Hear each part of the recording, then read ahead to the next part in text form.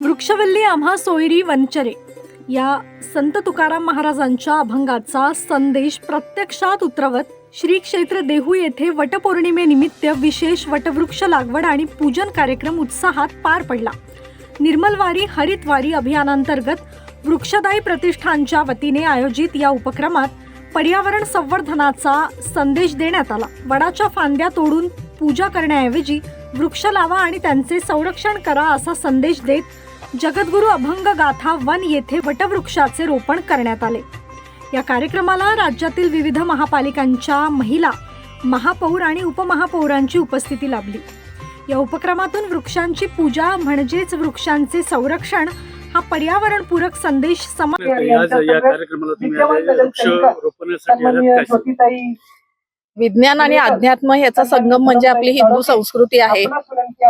सतीमाता सावित्रीमाईने आपल्या पतीला म्हणजे सत्यवानाला जीवनदान मिळावं म्हणून वटवृक्षाखाली तिनं पूजा केली। म्हणजे ती पूजा करत असताना त्यांनी वटवृक्षाची केली, यमदेवतेची केली, ब्रह्म होते आणि अनेक देवी देवता होते, अशी ही पूजा तिथे मांडली। याचाच अर्थ असा की वटवृक्ष हा जिवंत होता, त्यातनं ऑक्सिजन बाहेर येत होतं आणि ते त्या सत्तवानाला मिळालं। म्हणजे सावित्रीबाई किती बुद्धिवान होती आणि तिची निष्ठा होती, तिचं प्रेम होतं, या सगळ्याचा संगम होता।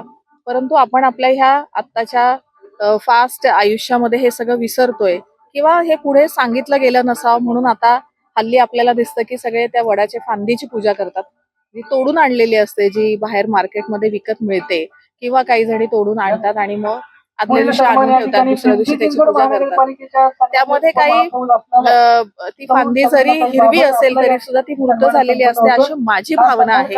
आणि वटवृक्ष जो मातीमध्ये असतो तो जिवंत असतो, तर अशा जिवंत वटवृक्षाचं, डेरेदार वृक्षाचं आपण पूजा केली पाहिजे। परंतु जवळच्या परिसरामध्ये कुठेही वटवृक्ष मिळत नाही, महिलांना जवळ दिसत नसावं म्हणून जर त्यांना पूजा करता येत नसेल किंवा वेळ नाही म्हणून पूजा करता येत नसेल, त्यासाठी आम्ही असं आवाहन केलंय की आपण वटवृक्षाचं रोपट जे आमच्याकडनं मिळेल त्याची पूजा करावी। आज इथे बघतोय आपण गाथा वनामध्ये हरिभक्त पारायण शिवाजी महाराज मोरे यांनी खूप चांगला उपक्रम घेतला। इथे सगळीकडे तुम्हाला वेगवेगळी वृक्ष दिसतील। या वृक्षारोपणातून इथे चांगलं वन उभं राहणार आहे।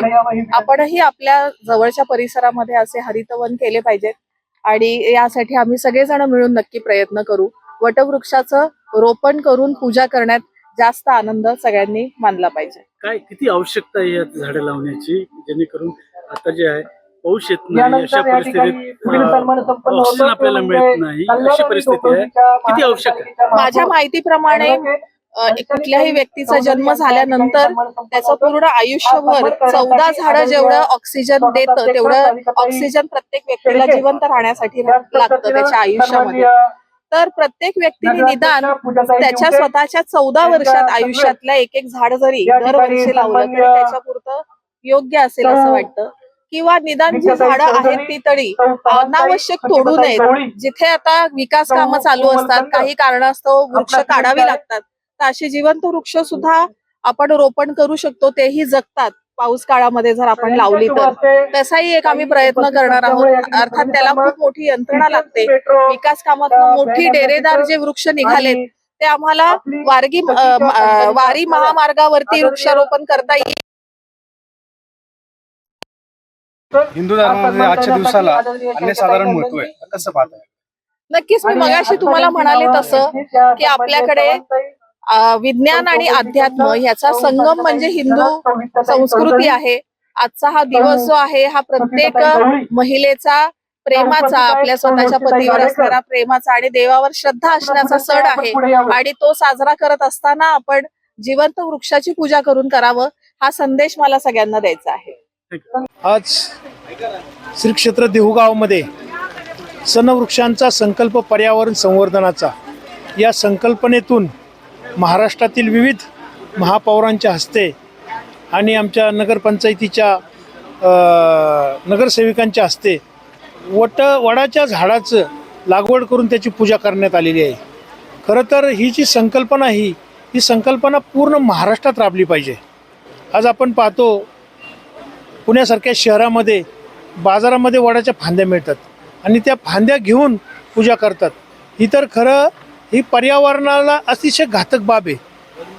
आपण वटवृक्ष लावून त्याची पूजा केली पाहिजे आणि हा संदेश खऱ्या अर्थानं आजच्या या कार्यक्रमातून आपल्याला द्यायचा आहे.